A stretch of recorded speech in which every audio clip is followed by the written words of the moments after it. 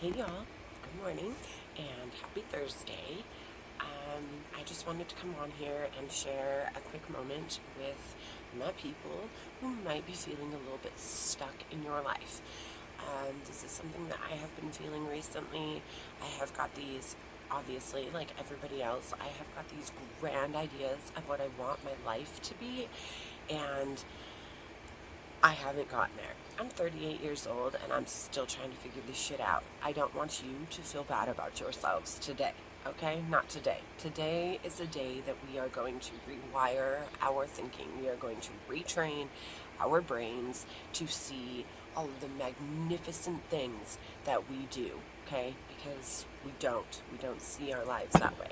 So, I have been feeling a little stuck, and I recently started listening to podcasts. I have never really been a listen to people talk kind of person, and that is something I spent the last year working on.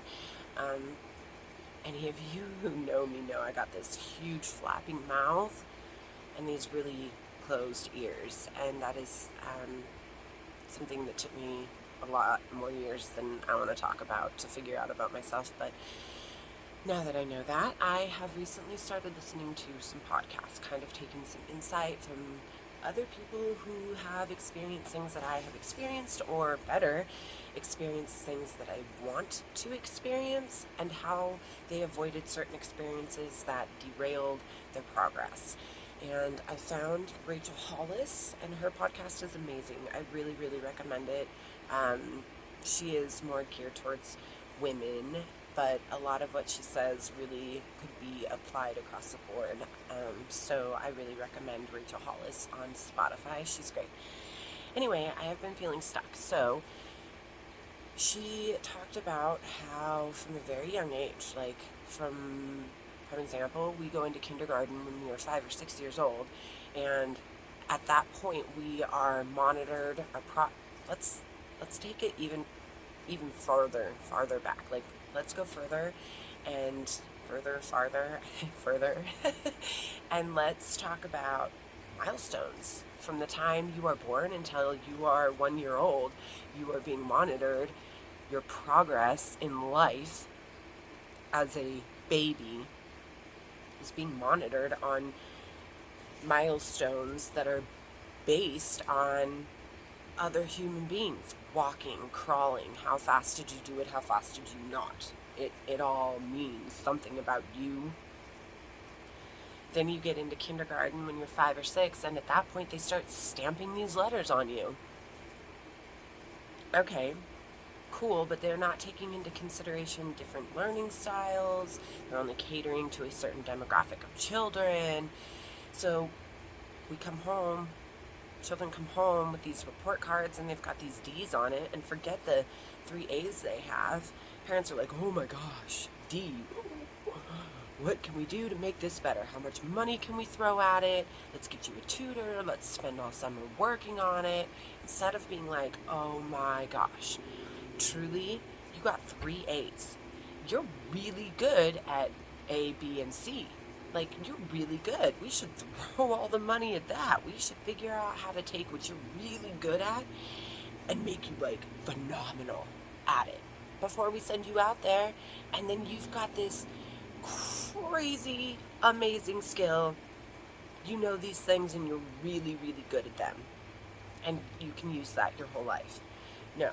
Instead, we spend 13 years focusing on the one or two things that, for like me, math, I never got. It's just not my strong suit.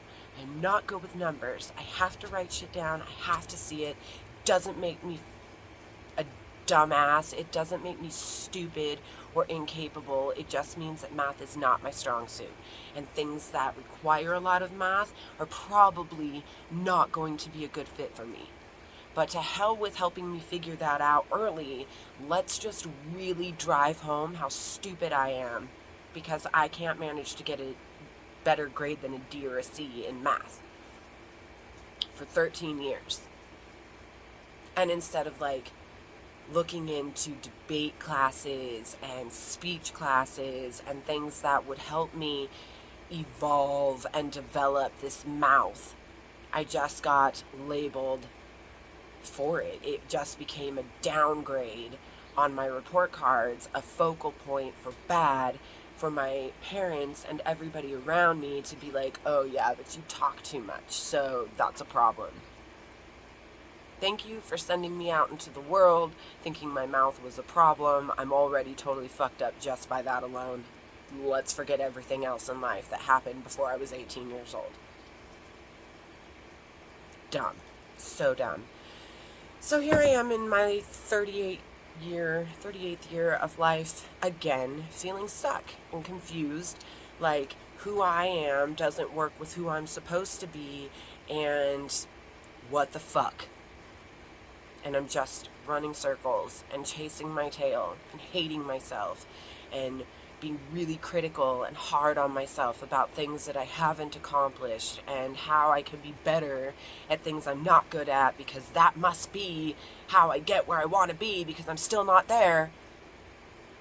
I still keep trying to improve on things I'm not good at because that's how I get there. That's what they told me. That's what everybody's told me. How come I'm not there yet? So Rachel Hollis was like, make a list. Think back on the last 6 months of your life and make a list. And instead of making a list of all the things that you wanted and didn't get, you wanted to do and haven't done, instead of focusing on all the D's, write down all of your A's and B's. And then pat your fucking self on the back for them. Cross off the things that you were not good at. Forget those things for now. It's not to say that if you like something and you want to learn something, you cannot. But if you are feeling stuck, trying to learn something that you are not good at is not going to help you feel unstuck. You need a success under your belt to feel unstuck, to find motivation, because motivation is fake. You create that motivation based on your daily actions. So make a list. I made a list. I thought to myself, what are all of the things that I have accomplished in the last 6 months? And I'm not going to lie to you, when I sat down and I listened to Rachel say that, and I told myself, okay, I'm going to do that. I'm going to sit down and I'm going to make a list of all the things that I have accomplished in 6 months. I was like, you got nothing. You got nothing, truly. I was really down on myself thinking, this is going to hurt more than it's going to help. And then my mind was blown, you guys. My mind was blown because in 6 months, since January, I have done a lot. Actually, I have learned a lot. And this is my list. These are my accomplishments since January. And when I saw that list, I was like, oh, okay, girl, you've learned some things. And I sat here and I read the list like 3 times. And I was like, and a lot of these things are going to be useful when you finally start achieving the overall goal that you have for your life. Baby steps. I never understood baby steps, you guys. You can literally ask anybody that knows me. Well, they will tell you that I have always been go big or fuck it.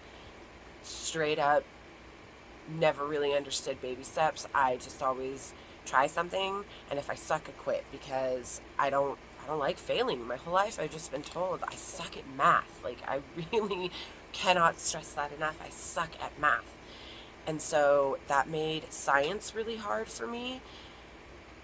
Add to that school was not my thing, and I was a very social person because of this mouth, and so I struggled a lot. And so my whole life, those struggles have been the highlight. Those are my highlight reels. When I think about learning and moving forward, I think about that, and I think about how I spent 10 years, agonizing years, trying to get myself into nursing and to be a paramedic, and I was going to school and I was doing, and it just was agonizing because math and science are very hard for me. And at the end of the day, all I wanted to do was help people. And so that's not how I do it, though, because that's not how it's going to work for me. That is not the ideal situation for me, because math and science are not my thing. And I have had a really hard time since I left St. Al's in 2016. I have had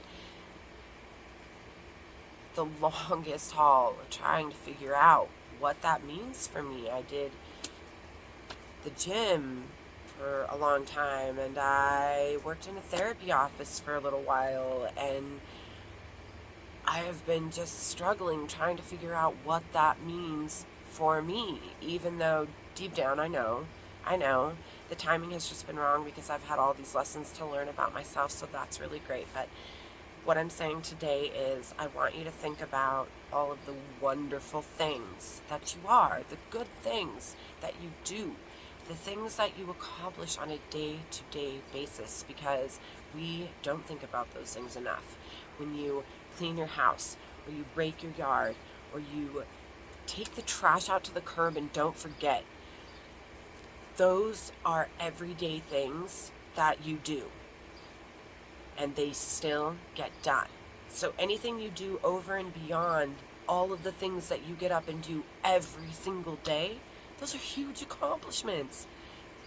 Take a minute to allow yourself to think that way and feel that way, and you're going to feel a little more motivated every single day that you think, okay, I do this every day and it got done again today, but I did 5 other things over and beyond everything that I normally do in a day. I crammed 5 extra things in, time-consuming things in. Be proud of yourself for that. That's huge. Accept a win where you have them, and retrain your brain to do that naturally every single day. Make your list. Make a list. Write down everything that you have accomplished since January. I don't care how small. If it's outside of what you do every single day, or it is added to what you do every single day, that's something. And give yourself the space to feel that way. Love yourself enough to be like, hell yeah, friend, you did it. You did that over all of that too. You did that on top of all that. You did all of this, and then on top of that, you did this too. Give yourself space to feel good about that. Highlight your A's and B's, friends. Highlight your A's and B's. And please, for the love of God, highlight your kids' A's and B's. Stop driving them down for their D's.